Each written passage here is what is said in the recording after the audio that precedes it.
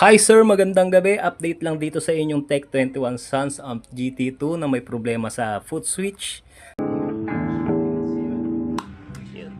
Yun nga, wala nga siyang tunog kapag na-engage na on.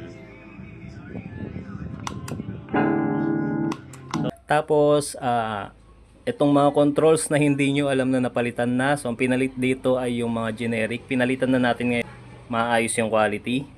Tapos, yung input and the output jack, medyo may kalawang na rin. Kaya pinalitan na rin natin ng bago.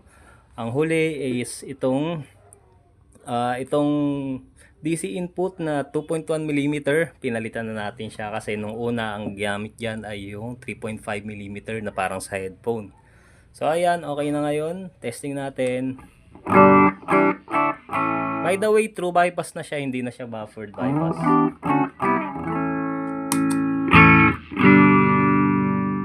Yan, maayos na yung mga controls.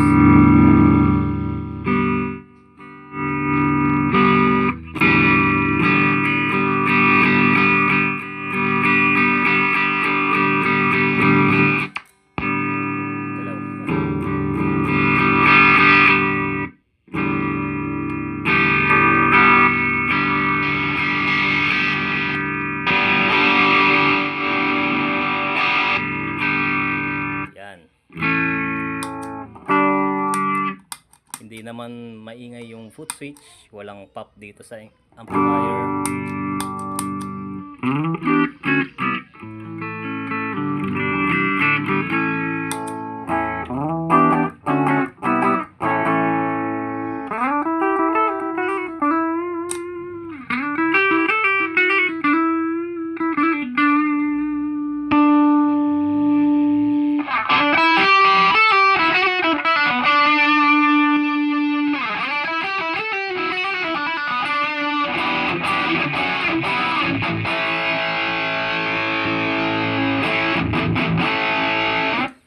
Okay, so ayan sir, okay na to, pwede na nating ibalik sa inyo. Tapos maraming salamat po sa pagtitiwala at pagtangkilik. Sa susunod na project po ulit.